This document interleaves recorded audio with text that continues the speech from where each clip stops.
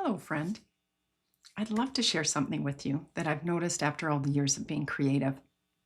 And it's that I don't think most of us lose our creativity. I think we just lose our trust in it.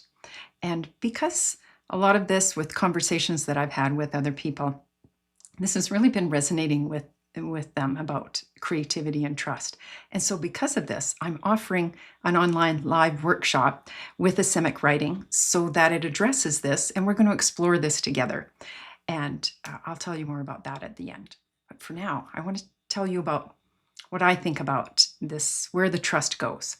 Because when we're little, we don't think twice about it.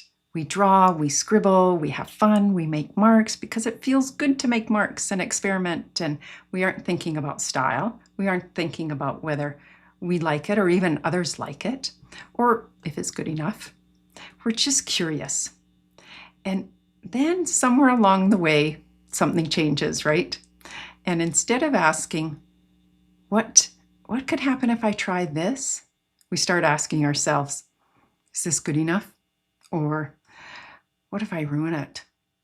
I do that at times. When I find one spot on, whether it's on the painting on paper or on canvas, and I just love that spot, and so then I try not to touch it. Well, that's no good. That just doesn't work. So that's one question that I say to myself. What if I ruin it? Or what if somebody else doesn't like it? You may be saying something like that. And before we even make the very first mark, we're already start to edit ourselves. And I remember one afternoon, I was sitting down and I had brand new paper sketchbook, and there was lovely paper inside. I loved the feel of it, and I had my favorite tools, and there was music playing that I liked. And then I just sat there, not because I didn't know what to do, but because I didn't want to spoil that first page. Have you ever done that before? It's funny, really, that nothing has happened yet. I haven't made any marks, but I'd already decided that it might not be good enough. And so actually, sometimes I do start on the second page instead of starting on the first page. And I wonder how many paintings or ideas or journals or businesses or even conversations never happened because we judged them before we even gave them a chance to exist.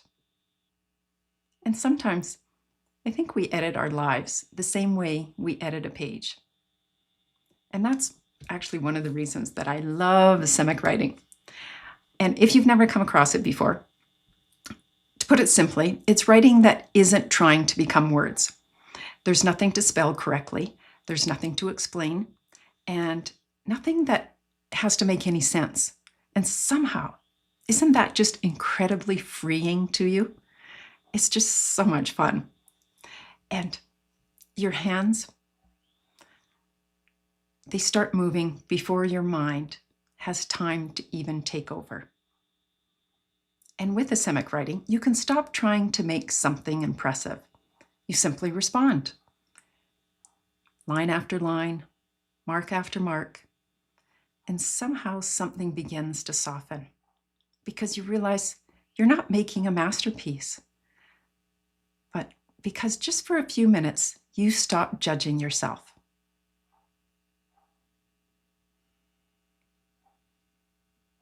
And people often ask me how to find their style. And I don't think our visual language, like in Asemic writing, is something that we invent.